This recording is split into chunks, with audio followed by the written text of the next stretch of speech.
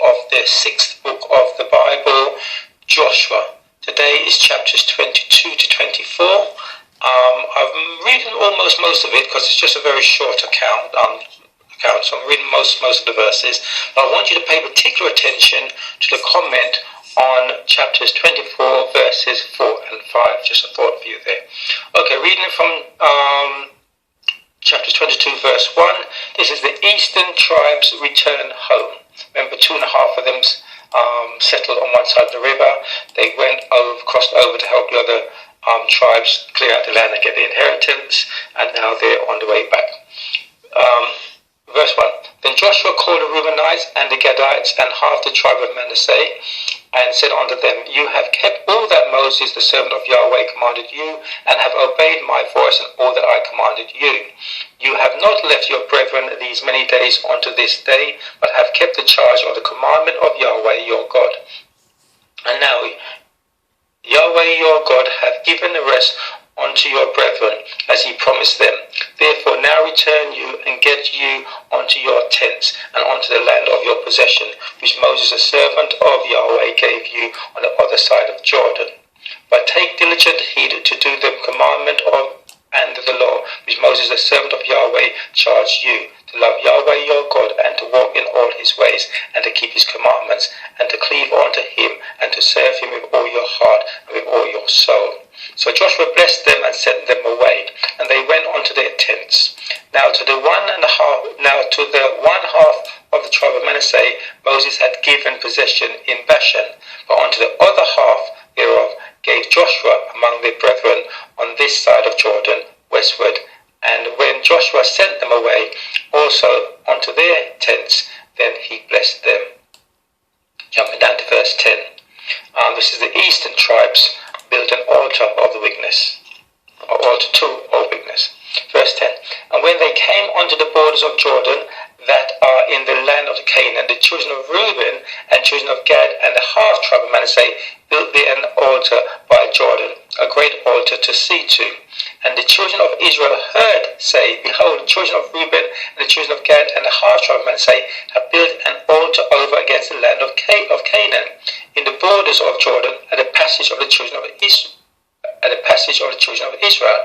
And when the children of Israel heard of it, the whole congregation of the children of Israel gathered themselves together at Shiloh to go up to war against them.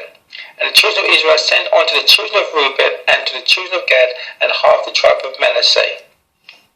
Verse 15, saying, And they spake with them, saying, Thus saith the whole congregation of Yahweh, What trespass is this that you have committed against the God of Israel, to turn away this day from following Yahweh, in that you have builded you an altar, that you might rebel this day against Yahweh? Is the iniquity of Peor too little for us, for which we are not cleansed until this day, although there was a plague in the congregation of Yahweh? But that ye must turn away this day from following Yahweh, and it will be, seeing you rebel today against Yahweh, that tomorrow he will be wroth with the whole congregation of Israel. Verse 21. Then the children of Reuben and the children of Gad and the half tribe of Manasseh answered and said unto the heads of the thousands of Israel, Yahweh God of gods, the Lord of gods, he knoweth, and Israel he shall know, if it be in rebellion, or if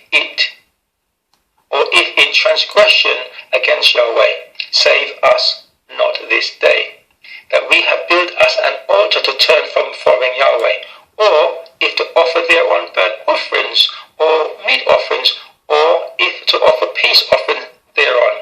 Let Yahweh himself require it. And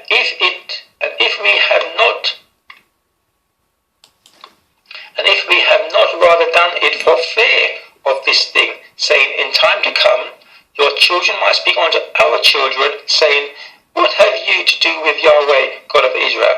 For Yahweh hath made Jordan a border between us and you children of Reuben and children of Gad, and you have no part in Yahweh. So shall your children make our children cease from fearing Yahweh. So I want you to read the rest of the account. I think you get the gist of it. Verse 34. And the children of Reuben and the children of Gad called the altar Ed, for it shall be a witness between us that Yahweh is God.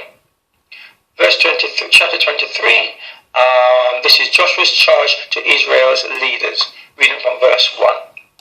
And it came to pass a long time after that Yahweh had given rest unto Israel from all their enemies round about, that Joshua waxed old and stricken in age. And Joshua called for all Israel, and for their elders, and for their heads, and for their judges, and for their officers, and said unto them, I am old and stricken in age, and you have seen all that Yahweh your God hath done unto all these nations because of you. For Yahweh your God is he that hath fought for you.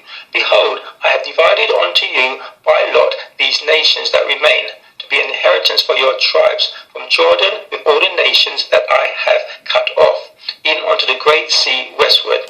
Verse 6. Be you therefore very courageous to keep and to do all that is written in the book of the law of Moses, that you turn not aside therefrom to the right hand or to the left, that you come not amongst these nations.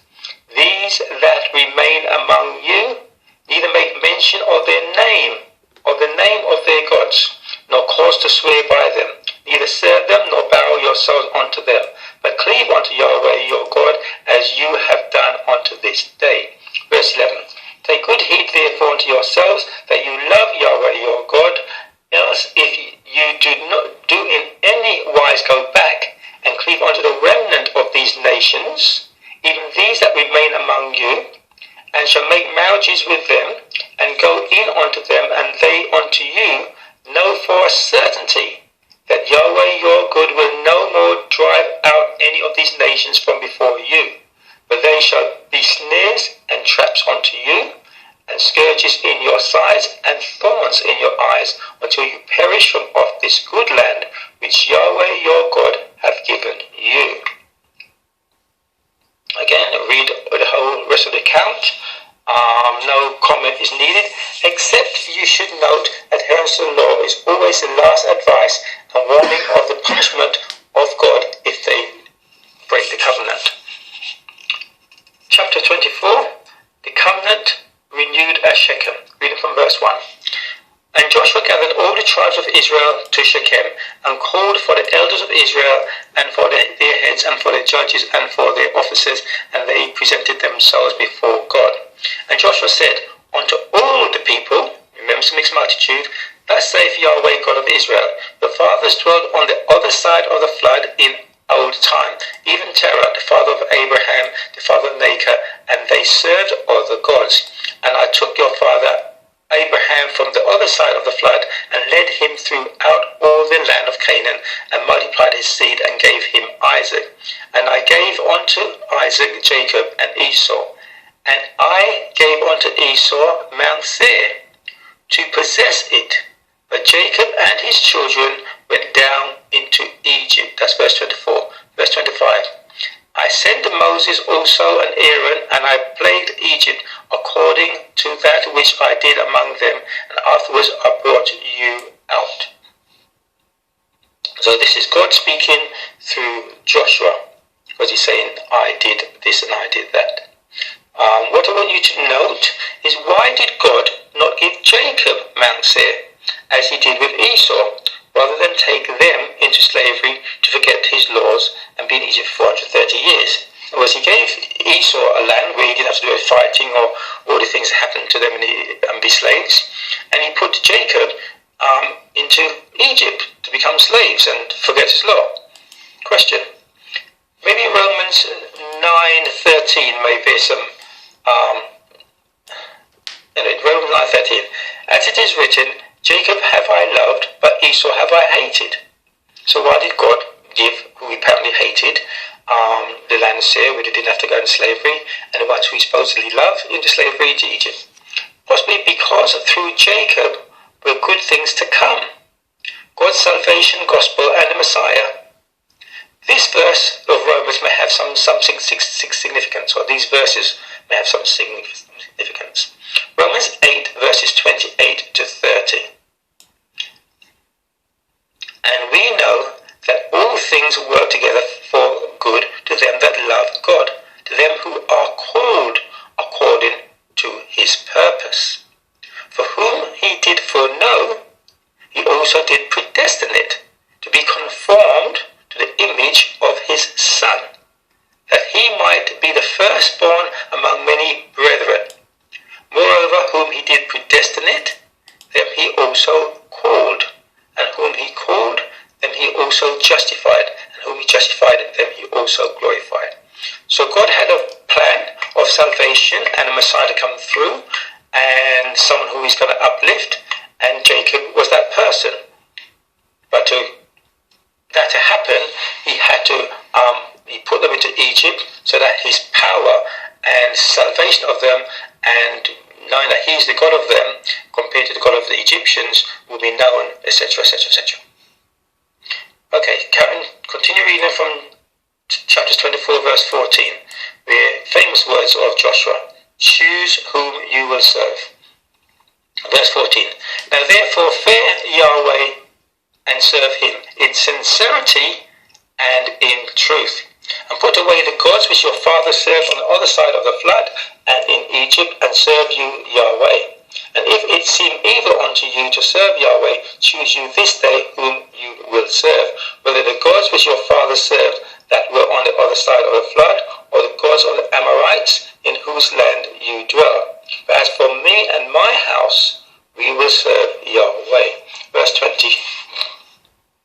If you forsake Yahweh and serve strange gods, then he will turn and do you hurt and consume you, after that he have done you good. And the people said unto Joshua, nay, but we will serve Yahweh. And Joshua said unto the people, you are witnesses against yourselves that you have chosen you Yahweh to serve him. And they said, we are witnesses. Verse 24. And the people said unto Joshua, Yahweh our God will we serve, and his voice will we obey. So Joshua made a covenant with the people that day, and set them a statute and an ordinance in Shechem. And Joshua wrote these words in the book of the law of God, and took a great stone and set it up there under an oak that was by the sanctuary of Yahweh. Verse 28. So Joshua let the people depart, every man unto his inheritance. And it came to pass after these things that Joshua the son of Nun, the servant of Yahweh, died, being 110 years old. Verse 31. And Israel served Yahweh all the days of Joshua, and all the days of the elders that overlived Joshua, and which had known all the works of Yahweh that he had done for Israel. And the bones of Joseph, which the children of Israel brought up out of Egypt, buried they in Shechem, in a parcel of ground which Jacob bought of the sons of Hamor, the father of Shechem, for 100 pieces of silver. And it became the inheritance of the children of Joseph. Verse 33. And Eleazar the son of Aaron died, and they buried him in a hill that pertained to Phinehas, his son, which was given him in Mount Ephraim. So, we just finished another episode. They go to Egypt, they come out of Egypt. The generation will die in Egypt, and then the next generation comes up, not next generations later, they come out 430 years later. We then have them come to the Promised Land, and the generation that took them to the Promised Land, the leaders, all die out. So we're now going to start a new episode and time span in the next book. We have reached the end of another book of Joshua. Now Stephen and Paul will start from these redemptive events out of Egypt when telling New Testament generations about Israel. You can read this in Acts chapter 7 and in chapters 13 verse 17. Thus they're connecting them, the New Testament, the Old Testament people, this congregation, and the Messiah to their history, connecting one with the other. The generation coming out of Egypt had their own eyewitness evidence of the plagues and parting of the Red Sea. Those inheriting the land also had a miraculous Jordan crossing and other eyewitness evidence as the walls of Jericho falling down. Now that those leaders and generations have died, let us see, as we continue to read, what happens next with generations who did not have their own eyewitness evidence. They are going to have to rely on the teachings of the law and the prophets that come to call them back to the words of Moses and Joshua and so on. Shalom, until tomorrow, God willing.